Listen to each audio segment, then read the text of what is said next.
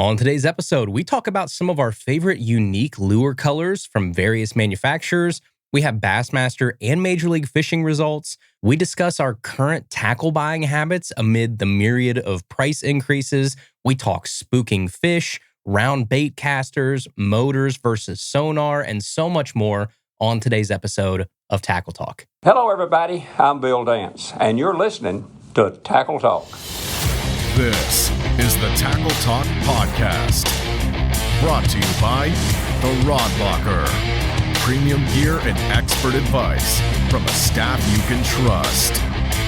Now, here's your host, Andrew Hayes. Hey, everybody. Welcome back to another episode of the Tackle Talk Podcast. As always, we are brought to you by the great folks over at The Rod Locker. And this week, instead of hearing me tell you why you should order from The Rod Locker, I actually screenshotted a couple random posts that I saw over the week that I figured did The Rod Locker even more justice than I probably could. So one post here on Facebook that I just randomly saw said, placed an order for a used rod and new reel to pair with it. In 1 hour, I received an email saying that my order is being shipped and on the way. That's crazy work. I finished my lunch and the order was already on the way. Thank you for your dedication at The Rod Locker. Another one here says, since 2012, my friend Brian Dolney has been exclusively taking care of me for all of my rod and reel needs. He and The Rod Locker continued that tradition this week. 7 new combos just arrived. And then another one I saw was someone asking if The Rod Locker did price matching. Brian obviously replied and said, in most cases, yes, message me and we'll see what we can do. That's obviously the help that you get from The Rod Locker is the owner replying within like a couple hours and saying, shoot me a private message and I will take care of you. That's what you get. You get personal service with The Rod Locker. Another one right under that was a comment on that same post that said, I'm not saying they will, I'm not saying they won't. What I'm saying is Brian Dolney and those guys will take care of their guys every day and twice on Sundays. I hope you make the purchase through them and get to experience this like all of us have. That is The Rod Locker in a nutshell. Personal service, fast shipping, amazing prices, and great people that actually care about you and want to take care of you as a customer. So go check them out over at www.rodlocker.com. And as always, you can use our Tackle Talk code. So right now it is Tackle Talk April. That's going to save you an extra 5% off your entire order. It's sales stackable, very, very few, if any, exclusions at all. Wink, wink, nod, nod. So it works on almost everything on the website that other codes may not work for a lot of times. But go check them out, www.rodlocker.com, and use code TackleTalkApril. Okay, everybody, first up here today, we have a full show, so I'll make this pretty quick, but we have both Bassmaster and Major League Fishing results that just wrapped up this past weekend with 2 big names that walked away with 2 brand new trophies for the trophy shelf. So let's start with Major League Fishing. The MLF Bass Pro Tour just finished up stage 4 at OH Ivy and Lake Brownwood down in Texas from March 26th through 29th. So your top 10 here were 10th place, Adrian Avina, 9th place, Brent Ayler, 8th, Zach Burge, 7th place, Alton Jones Jr., 6th place, Michael Neal, 5th place went to Mitchell Robinson, 4th place, Wesley Strader, 3rd went to Drew Gill, 2nd place, Justin Lucas, and 1st place, continuing his decade of dominance on the Major League Fishing Bass Pro Tour, Jacob Wheeler. And I mean, it's almost comical at this point. I don't know what else to say that we haven't already said before. The run that Wheeler has been on, winning 11 Bass Pro Tour events in 7.5 years or something like that, is insanity. I mean, up until last year, there were 80 anglers in that field for those years, and no one is even close to doing what Jacob Wheeler is doing. And it's just one of those things that I really hope that people are appreciating it while we get the chance to watch it. This is like Tiger Woods in his prime. Although obviously I guess last week wasn't a great time for Tiger Woods. But if you think back to, 10, 15 years ago, Tiger Woods was unstoppable. Tom Brady in his prime, MJ, Gretzky. It's runs like this that you have to say, whether you're the biggest Jacob Wheeler fan in the world or the opposite, you do have to tip your hat to greatness when it's right in front of you. And Jacob Wheeler is doing something very, very special over the past 7 or so years. And as a fan of fishing, I'm just glad that we get to watch it. But for the event itself, this was an awesome event to watch because it was big fish after big fish after big fish being caught on the MLF side, where sometimes we have a tendency to really get kind of low to mid quality fish just due to the format. But this event had some giant fish that it was putting out. On day 1, I think we had 3 fish over 7 pounds. Casey Ashley, Mitchell Robinson, Jacob Wheeler all had 7 pluses. On day 2, we had 2 fish, I think over 8 pounds. Wesley Strader had an 8.4, Jacob Walker had an 8.7, and then Michael Neal and Dean Rojas both had fish over 7 pounds as well. So those were the first 2 days over on OHIV, which obviously is a big fish factory that everybody has gotten very familiar with the past few years. But then day 3 and 4 were actually on Lake Brownwood, about an hour and a half or so away from OHIV. And as great as OHIV fished, Lake Brownwood kind of stole the show a little bit on day 3. In the knockout round, we had 6 fish, I think, that were over 7 pounds. Drew Gill, Brent Ayler, Brett Chapman, Mitchell Robinson all had 7 pluses. And then our friend Matt Becker smashed all of those fish with a 9-pound, 13-ounce behemoth of a bass that he caught in the knockout round. And then on Championship Sunday, it was a little slower in terms of giants, but still, what an event. Like, it's so cool to see these new fisheries pop up on the schedule, and I hope that we get to see more of OHIV and Brownwood sometime in the future. But again, huge congratulations to Jacob Wheeler, your Stage 4 champion from OHIV and Lake Brownwood.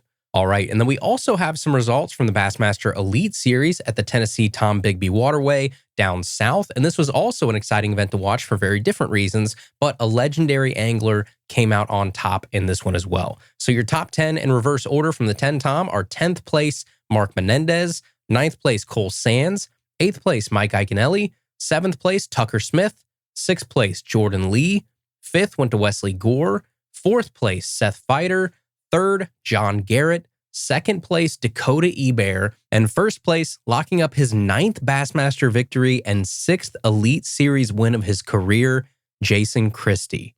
Now, this was another no-scope tournament, so no live sonar all 4 days, old school bass fishing, and looking at that top 10, it is interesting. You have a great mix of generations and skill sets and regions that anglers are from. But again, you're seeing a lot of the young guys make their way into that top 10 that get labeled as scopers from time to time that are proving that they probably shouldn't be referred to as just one-trick ponies. Tucker Smith, Wesley Gore, Cole Sands, even John Garrett. You've got a young crowd in that top 10. And the more I watch, the more I'm really enjoying this split schedule of live sonar and non-live sonar from Bassmaster this year. Because with no live sonar, now you're seeing people like a Mark Menendez make that top 10. You have Ike and Seth Fighter and Jason Christie, obviously. So I'm digging this Elite Series season so far with the changes that they've made. But through 3 events, keep in mind, 2 of those did not have live sonar. John Garrett is leading your Angler of the Year race, and Trey McKinney is in 2nd place. And there are storylines that are worth keeping an eye on as we go into the rest of the season that are making it very interesting. Corey Johnston is in 3rd place for Angler of the Year currently, and his brother, Chris Johnston, who won AOI last year, is in 39th place. So right now, Corey is the one to watch for AOI out of the Johnston brothers. And then for Trey, you have that 2nd place curse that keeps showing its ugly head for Trey.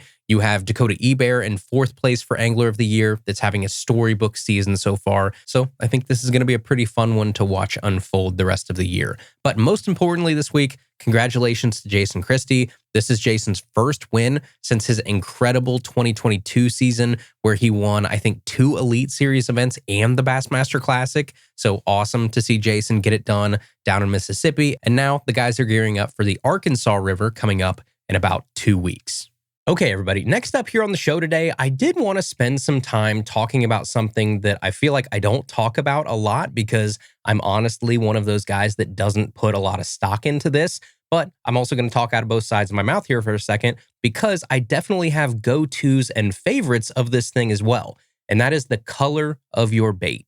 Now, you've heard me downplay this for years, probably, if you've listened to Tackle Talk, about the importance or non-importance, I guess, of intricate minor changes to your color choice. Because at the end of the day, fish are simple creatures. If it looks like food, or if it makes them mad, or makes them curious, or looks very natural, or looks odd enough and out of place enough, there's a chance regardless that they're gonna put it in their mouth and at least investigate, if not eat it. So I usually subscribe to the KISS method when it comes to selecting colors.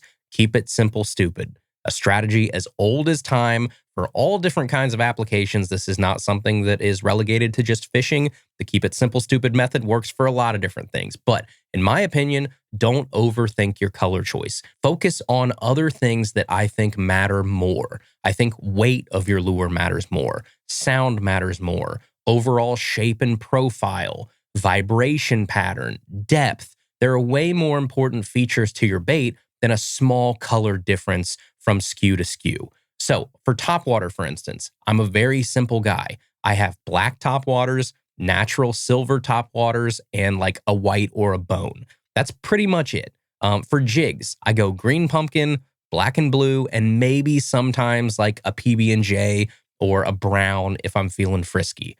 For crankbaits, I have natural shad, I have chartreuse, and I have red. So I'm a pretty boring guy. I play the hits a lot, and I usually try to use natural patterns or high contrast patterns anytime that I can. So I want to get that out of the way right now and not act like a poser here, because in a few minutes, I do want to go over some of my favorite color patterns of all time from a certain number of companies. And these color patterns are going to be like the cool, unique colors. So like I said, I'm talking out of both sides of my mouth here. I know that I am, but most of the time, I'm a very simple creature when it comes to color choice. But there are also things that scratch that itch in my brain that go, that is a really cool color. It's unique, and it's something that I think this company A, does better than company B. Because I just think over the years, there are those certain color patterns of like a jerk bait from this specific brand, or soft plastic colors from this specific brand, or whatever that you just kind of grow fond of and like and repeat by.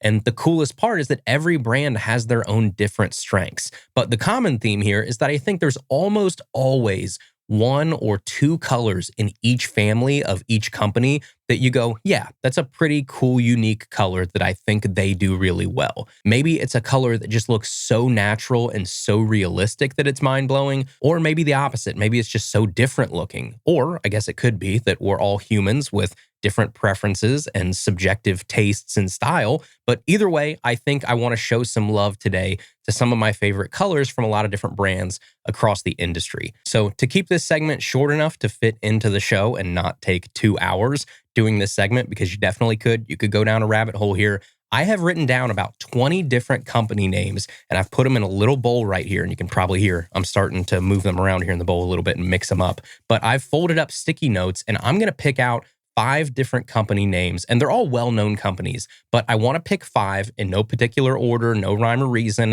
and I'm just going to go through some of my favorite colors that those companies make. So not my favorite baits, not my favorite shapes, nothing to do with price or performance. This is strictly color. Because like I said, I think every brand has cool colors that would be fun to kind of recommend. So our first one here that we are going to go with is 6 Sense Fishing. Okay.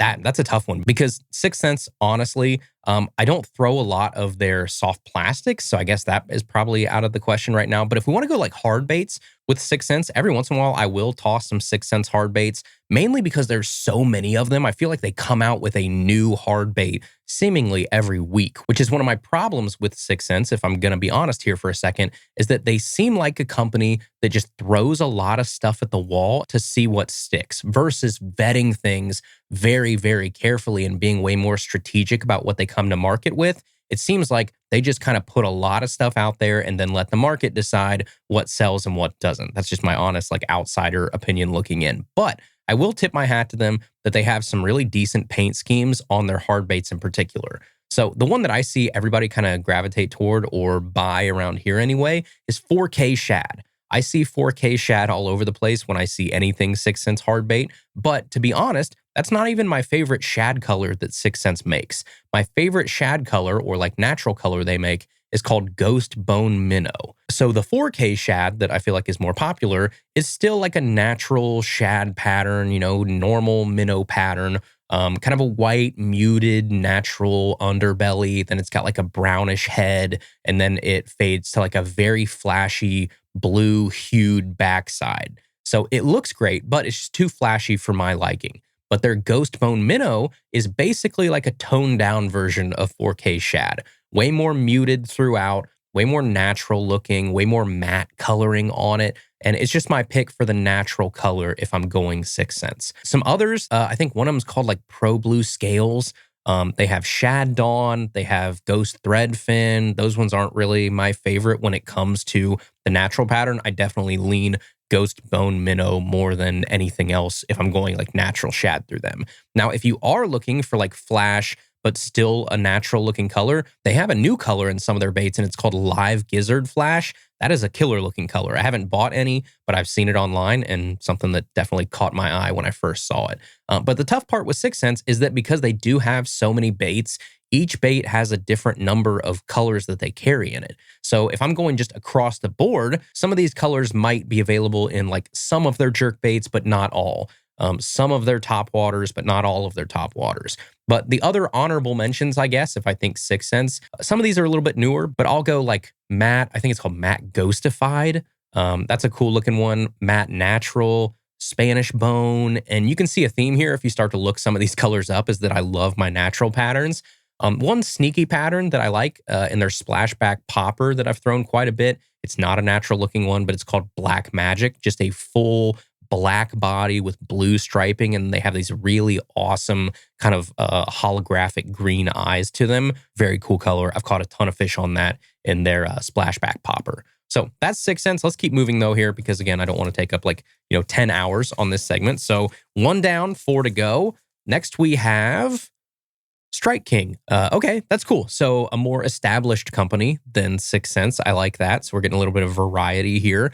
If I go Strike King, and I guess I should probably speed this up a little bit. So maybe what I'll do is I'll give like my absolute favorite color from this company, and then I'll give some honorable mentions, sort of like I did for 6 cents, and we'll kind of follow that format. So with Strike King, my favorite Strike King color currently, if I had to go across the board, I mean, if you look back at like my 1.5s that I have in my box that's in my closet right behind me, you're going to see Gizzard Shad, Blackback Chartreuse, and Delta Red. And that's probably like 80% of the hard baits that I have from Strike King. But one very cool color that I think is slept on and shouldn't be is called Wicked Fire Tiger.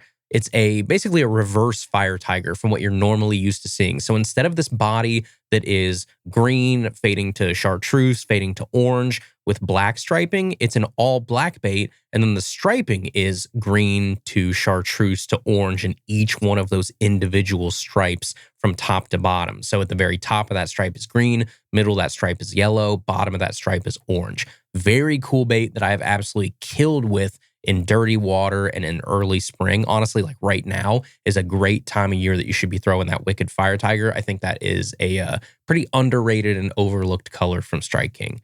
Honorable mentions here. I mean, we could go with like, they do a really good orange kind of brownish crawl color in the 1.5s that I've had anyway. It's called Green Gourd. It's a dumb name, I think, because it is not green and it doesn't look like a gourd in my opinion, but it's like this dark honey mustard color on top, and then it fades to this light orange with black markings. That's an awesome color in, like I said, a square bill or a gravel dog or a red eye shad from Strike King. Green Gourd would maybe be my like sleeper pick there after Wicked Fire Tiger. Okay, next up here we have Z-Man. If we go Z-Man, I think my number one favorite color of all time from Z-Man in their soft plastics is called Green Pumpkin Goby. And it actually looks more like a really dark purplish color with gold and purple flake in it. And it is just nasty for any color water. It's natural enough. You can throw it in clear water. It's dark enough to throw in stained and dirty water. It's got great contrast to it. Just enough flash to throw a little something, something in there without being like gaudy under the water. So that's my favorite probably by far is Green Pumpkin Goby. That's my go-to in TRDs, big TRDs, anything that I need from Z-Man on the soft plastic side. Another color that I love, but it's a more of a boring color, is called Yoga Pants. And it's a funny name because it's just basically black, like a dark kind of matte black. But I love that. There are very few companies out there that make a good all black for soft plastics these days.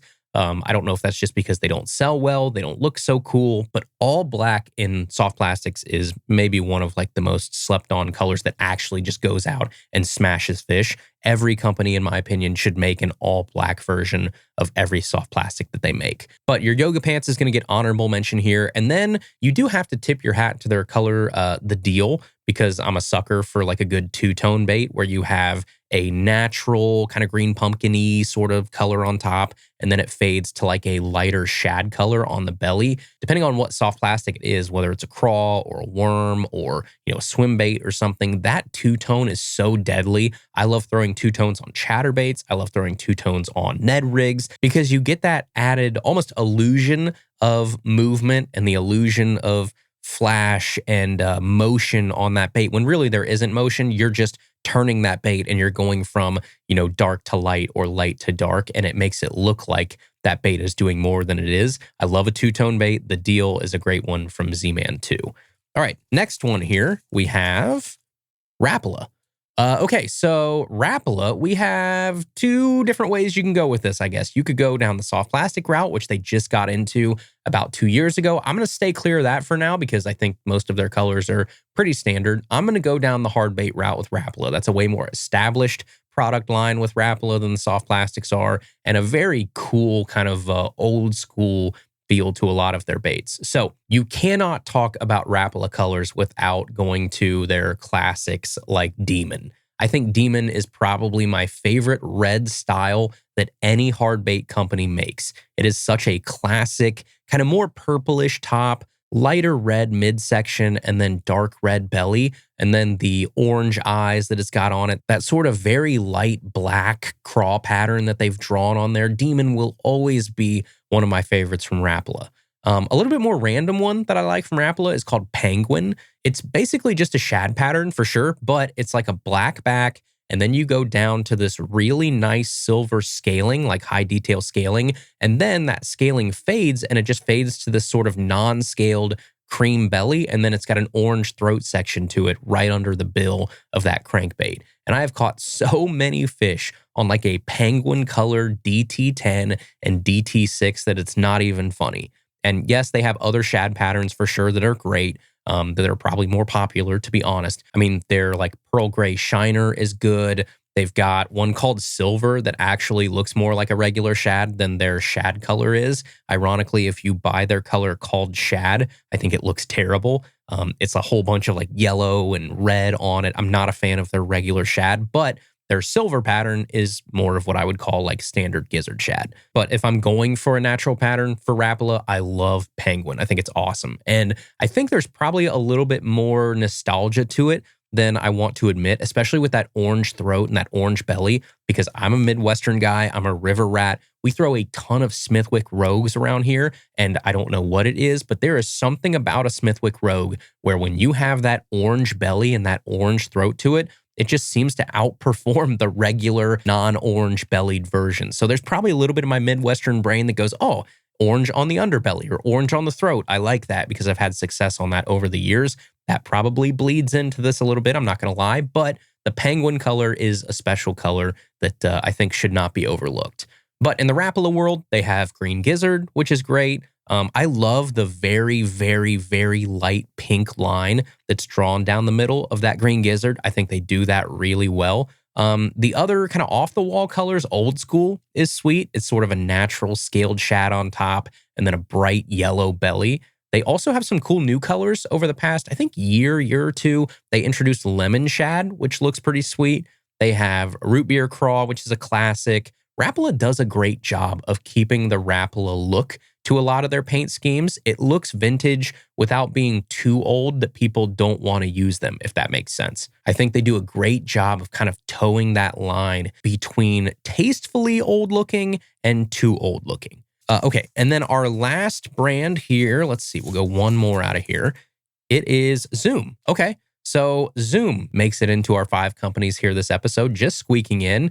And that's awesome, but it's also tough because one of my favorite things about Zoom, aside from being affordable and being great at what they do and kind of staying in their lane and making awesome soft plastics, is that they have a ton, and I mean a ton, of colors in all of their soft plastics. I mean, if you look at something like the Zoom Trick Worm alone, they've got like 43 colors in the Zoom Trick Worm, and that's just one of the SKUs that they carry as a company. So your color choices with Zoom are insane. Now, I can't in good conscience say that my favorite color from Zoom is anything other than Green Pumpkin Magic, because if I did say anything else, I would be lying. Green Pumpkin Magic is easily my number one Zoom color in terms of number of fish caught in my life. It's the perfect mix of regular fish catching green pumpkin with black flake in it, but then there's some fairly heavy gold flake, and then there's some random flake in there too that kind of throws off a little bit of a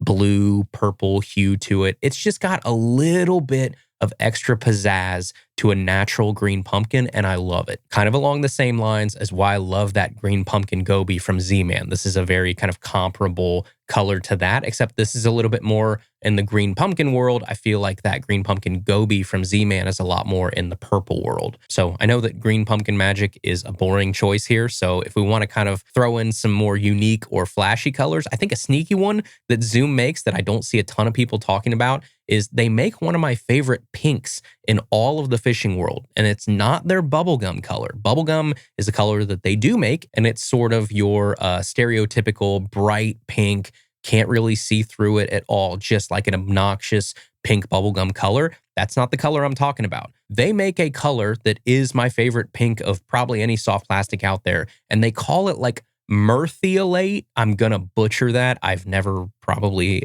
had to say it out loud, I guess. I've just always bought it and typed it into Google, but it's like Merthiolate.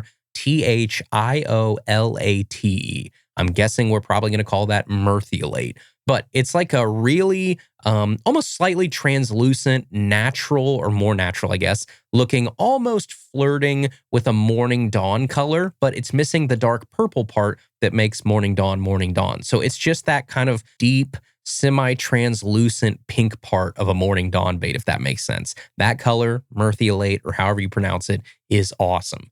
And their worms, I would say like Green Pumpkin Blue Flash is great. Almost along the same lines as like the deal from Z-Man.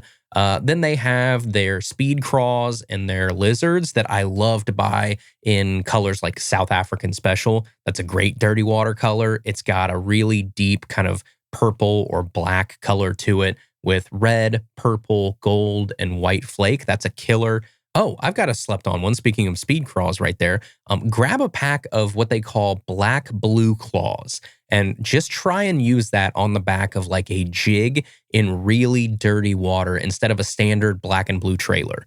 That color is exactly what it sounds like, right? It's a black craw all the way up to like the middle of the claw arms on both of those appendages. And then it turns to this bright, obnoxious blue color with some flake in it.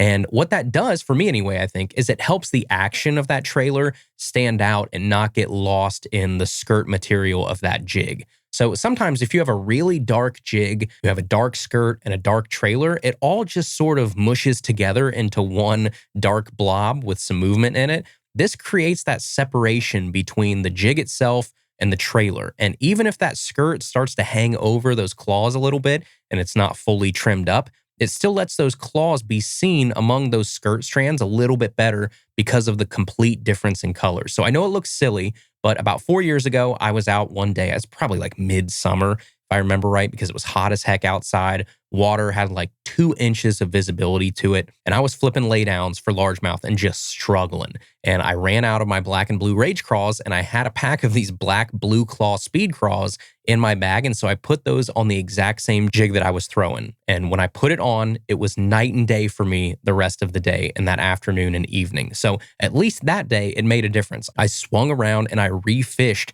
that exact same bank of laydowns after they started biting on that black blue claw. And I probably caught 5 or 6 fish in laydowns that I had already flipped extensively for like an hour or so before that with my regular black and blue rage craw trailer. So I caught them on that black blue claw ultra vibe speed craw on the back of a black flipping jig. And that was a really fun bite. It was one where it kind of showed me, oh, there might be something to this complete difference in color from the claws to the actual skirt material itself. So black blue claws is a fun color to throw in dirty water, but there's your 5 right there. I think that kind of rounds us out for today's segment, at least, on some colors that we can highlight from some of these brands. So we talked about 6 Sense, Strike King, Z-Man, Rapala, and Zoom. Those are 5 pretty different companies. Some that are flashy brands, some that are old school, some that are right there in the middle. So I think the Bowl did a good job here, at least for today, giving us a good mix of brands for our color talk. All right, everybody. Next up here, we are going to get into our fishing pole question today, and we'll get there in just a second. But first, the Tackle Talk podcast and the fishing pole are brought to you in part by Humminbird and Minn Kota. And this week, we're going to combine these two brands because, as many of you know, and some of you may not, Humminbird and Minn Kota are two brands that were optimized to work with each other seamlessly. So, for instance, did you know that there is a feature called Backtrack, where you can actually tell your Minn Kota trolling motor to automatically retrace up to 2 miles of your most recent course that you've logged on your Humminbird unit. So if I just spent an hour going up and down this bank line and meticulously guiding that trolling motor back down like a contour line, I can tell my Minn Kota trolling motor to automatically backtrack and go through that same route in reverse. Or you can do something like the Go To feature on your Minn Kota trolling motor that will automatically go back to any spot lock or eye track that you have that you want to return to. All of that is through their advanced GPS integration between Humminbird and Minn Kota. Humminbird and Minn Kota go together like peanut butter and jelly. They are quite literally designed and optimized to work in sync. There are a ton of other features like being able to follow contour lines automatically. There's circle mode. You can even control your Minn Kota trolling motor speed and your steering with a compatible Humminbird unit. You've also got locked course autopilot, locked heading autopilot, eye tracks, Humminbird virtual remote, and so much more. So with all of the benefits that each of these brands have on their own, Humminbird with incredibly detailed sonar and imaging, and Minn Kota with reliable trolling motors, they're even better together. So for more information, you can head over to humminbird.com or minnkotamotors.com today. This is the Tackle Talk Podcast Fishing Pole. Brought to you by Minn Kota. Adventure awaits at minnkota.com. All right, everybody, we have a pretty interesting fishing pole question for you today. And this week, our question in the fishing pole presented by Humminbird and Minn Kota was, have you changed your tackle buying habits in the last 6 months due to the price changes? So this is a tough one, and I'll go first, right? Because we always try and do that in the fishing pole. I will give you my answer before I ask you for yours. But have I changed my fishing tackle buying habits in the past 6 months? Yes, I think I definitely have on certain things. So there are going to be things that have gone up a little bit where I can still stomach it, but then there are other things where I've actually had to either stop buying or look at alternatives because pricing has gotten so insane. So a great example is tungsten. Certain tungsten products are getting to the point that they are almost out of my price range completely for everyday purchases. And it sucks because those are some of my favorite products in fishing, made by some of my favorite people in fishing. And it also sucks because I know that those companies don't really have a choice. Their costs have gone up an insane amount too. Tungsten itself has just gotten so much more expensive for reasons that we're not going to get into and touch here on Tackle Talk, right? We stay in our lane. We're going to talk about fishing and not geopolitics, but safe to say that tungsten prices have skyrocketed in price as of late. And I tried to do some digging on my own to just see how much it has gone up. And I found some reports from 2023 that APT, which stands for like ammonium paratungstate or something, basically what you use to make tungsten products, was trading around $312 per metric ton unit. So that was about 3 years ago, $312. And right now, that same metric ton unit is trading for around $2,200. So that is about 7 times more expensive than it was 3 years ago. 7 times. And that is why you're seeing tungsten lures go through the roof. I mean, it hurts me to say, but like my favorite jig in the world right now is a Lil Magnum from Beast Coast. And up until recently, a 3/8 ounce Lil Magnum was priced at like $6.99 per jig. That's an awesome price for a completely killer jig. Well, this is a word to the wise, I guess. If you go online and you can find those jigs anywhere at that price or close, buy them because they probably have their older stock and they haven't had to reorder yet. When they do reorder, I bet that price has to go up because if you look at the Beast Coast website right now, a 3/8 ounce Lil Magnum is listed at $9.99 and then a 1/2 ounce Lil Magnum is listed at $11.99. So that is like, $3 per jig increase from what it was not too long ago. And that's a direct result of tungsten prices skyrocketing. And I guess honestly, if you look at the numbers we were able to dig up, it's probably impressive that it's only gone up $3 per jig when you're talking about the price of tungsten, doubling, tripling. Heck, we found since 2023, it's gone up 7 times as much as it was 3 years ago. So that price increase at only $3 per jig, to be honest, is not terrible when you look at those numbers, but still, two things can be true at once. I can understand why price increases are happening, and I can realize that a lot of these companies don't have a choice. And I can also be bummed that my gear is going up at a rate that is pricing me out of certain things. And in this case, the Low Magnum is a great example. I haven't stopped buying them completely. I probably never will. But now, instead of buying 5 of them at a time, I'm forced to buy like 2 or 3 at a time. And in the spirit of our question here today, yeah, I think that is a change in my buying habits. Another example is if you would have asked me like 12 months ago what my favorite rods were, I probably would have said a Shimano X Pride B would have been near or at the top of that list. A killer rod for $279, which unfortunately is the going rate for a standard mid to high end rod these days. But that rod is no longer $279. Now it's $330. So it's $60 difference from just like a year and a half ago. That's a big difference to someone like me. So I haven't bought an X Pride since the price has gone up, and I've actually started buying more budget-friendly rods in that $120 to $180 range. But the biggest difference for me, I think, is not necessarily what I'm buying, it's how much of it I'm buying. It's quantity. It's the frequency of my purchasing. And if I would have placed an order, every 2 weeks, 6 months ago to buy stuff for fishing, now it's probably every 3 weeks. And normally if I would have grabbed 4 packs of something, now I grab 3 packs.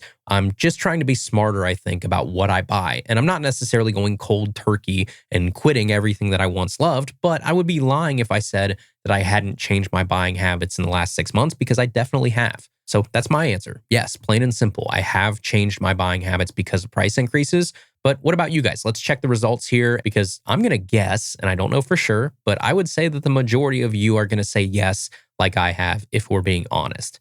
The price increases have just been brutal lately, and there's nothing anybody can really do about it. But it's also hard not to change your buying habits a little bit with all of those price increases in mind. At least in my mind, I could be wrong, but my opinion is I think a lot of you will say yes. So let's see the results here.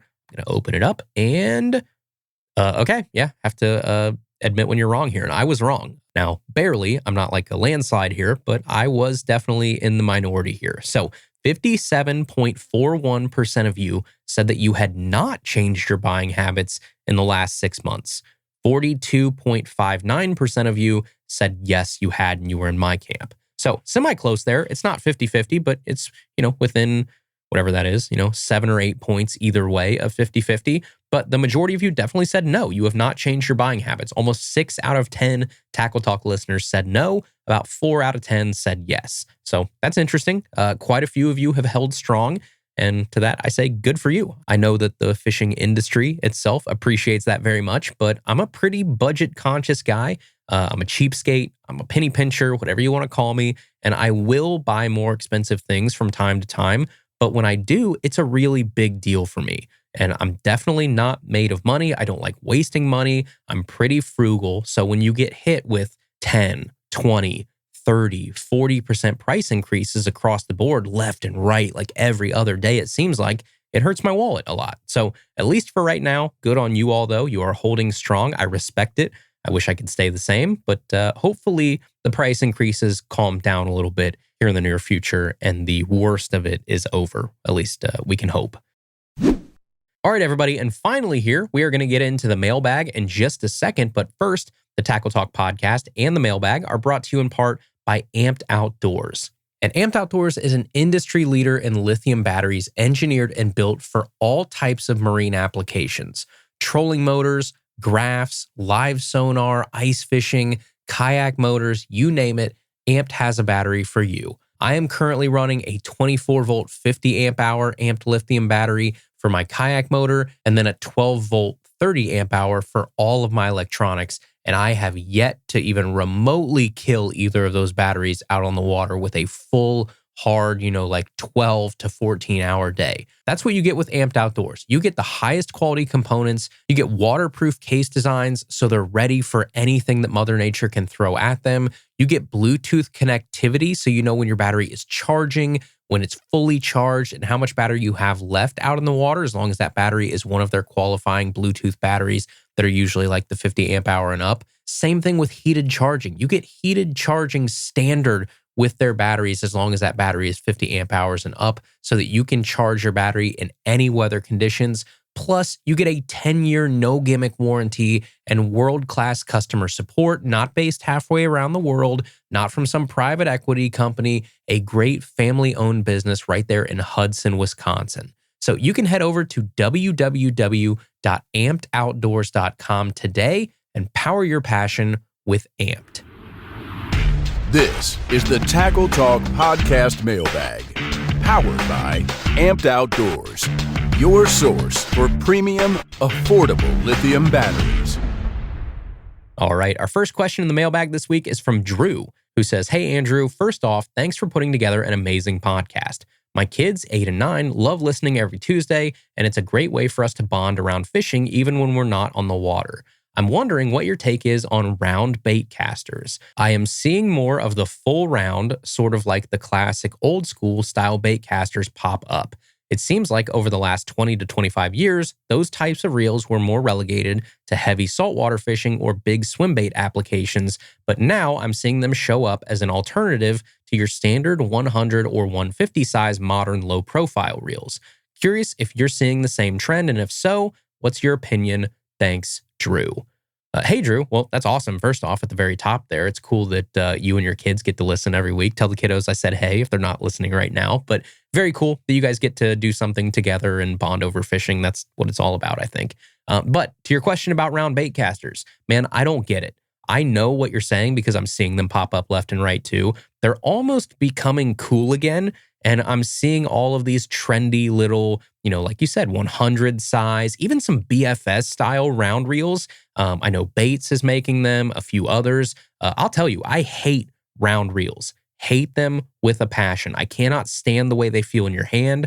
No matter what size they are, you will not catch me using a round reel. But it's almost like everything else, right? Styles come and go, and what's old becomes new again. Eventually, people try and bring back old school things and just make them cool again, and everything kind of goes through cycles. But I'm honestly not aware of any actual advantages that a round reel gives you, aside from, you thinking it looks cooler, I guess. But for me, give me an ergonomic, low-profile casting reel every single time.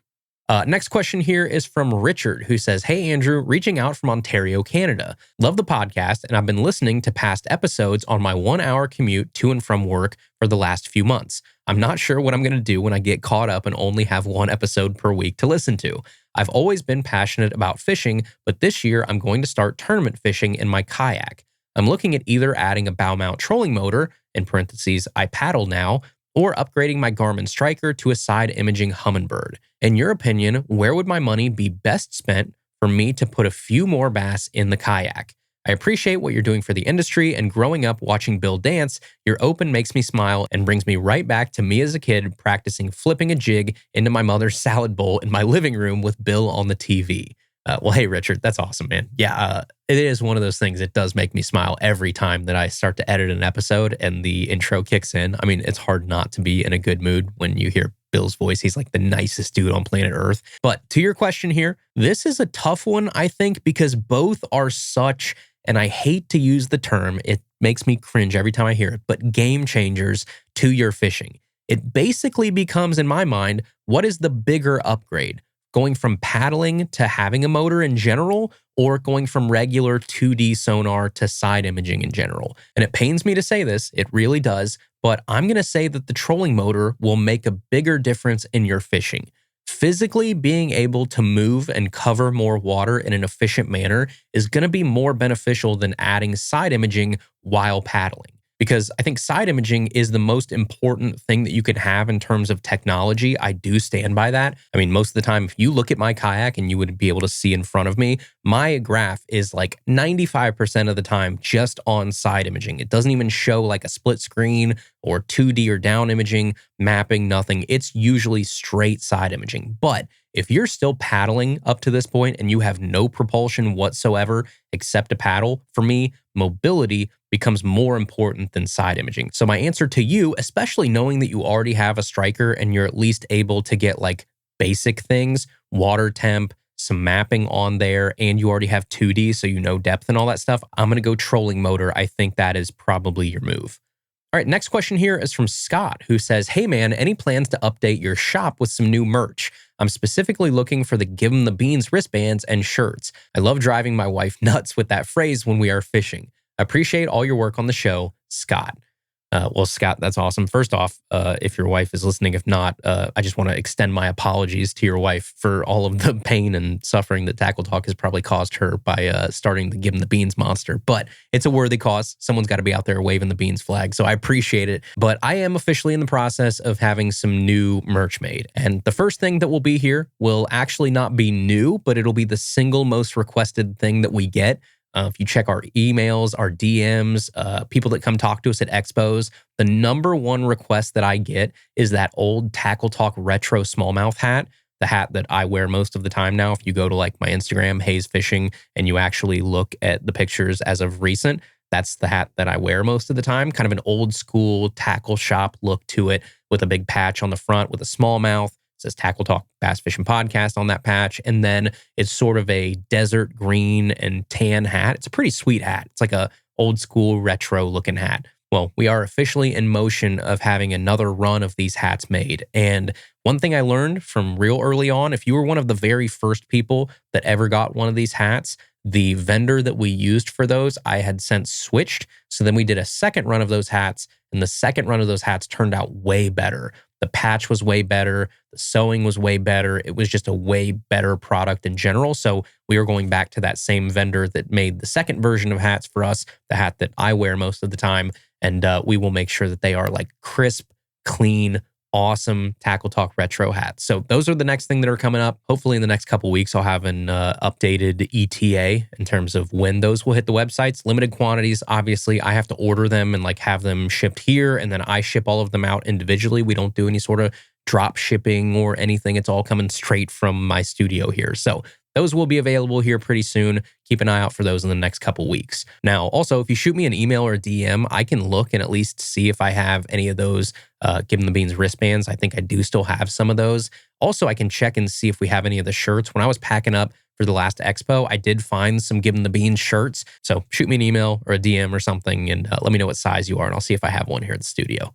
All right, and the last question here is from Chase, who says, in your experience, do you think catching a fish in an area where more fish are stacked up disturbs that area?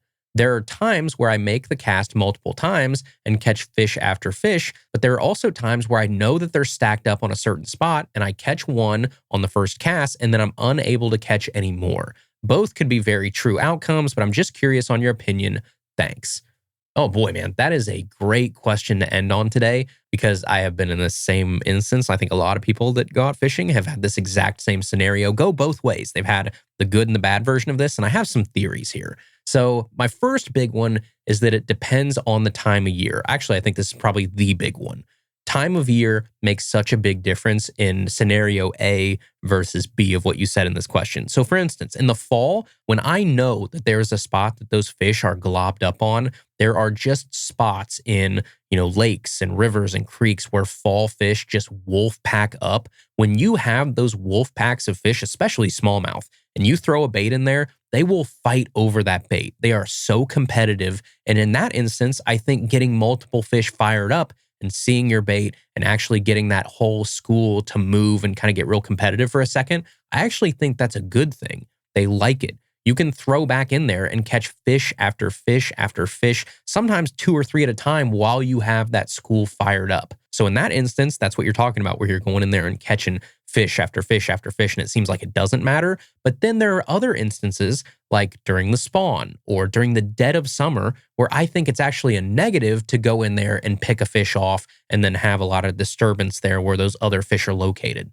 So one thing that I will try to do at least, and see if it helps, is if I catch a fish from an area, in one of those seasons or in one of those times where I think those fish are pretty skittish, and I catch a fish and I don't want to disturb that area any further because I actually want to keep casting there and see if I can pick up more fish, I will actually keep that fish I caught with me and I won't let it go immediately. Because what I don't want to happen is to release that fish and then screw up anything any further by that fish going back to that school or going back down there. And then it's in like a, panicked state, or it's all stressed out or something. And then all those fish down there realize what's going on, or they realize at least something isn't right. So what I'll do is I will actually catch that fish and then I'll put it on like a donkey leash, or I'll put it in the live well, or in a net in the water until I'm done fishing that specific spot before I let it go. Now, the big thing here, you have to take care of that fish. You are not abusing that fish. You're not keeping it on the deck of your kayak while you make 2 more casts.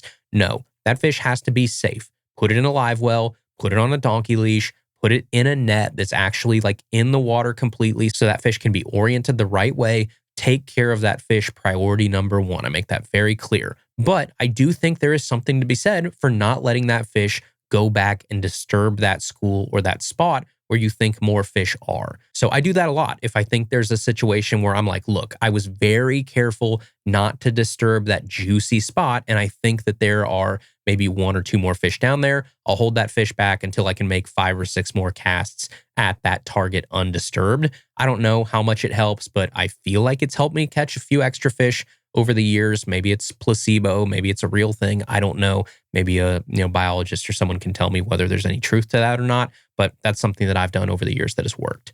All right, everybody, that is today's episode. Thank you guys so much for tuning in. I appreciate you all. As always, you can go follow us on Instagram and Facebook at Tackle Talk Podcast. You can find us on the web, tackletalkpodcast.com, where you can go submit a mailbag question for an upcoming episode. You can go vote in next week's fishing poll and so much more over on the website. If you got any questions or anything you want to talk about, shoot me an email, tackletalkpodcast@gmail.com. And I'll see you guys right back here next Tuesday for another brand new episode of Tackle Talk.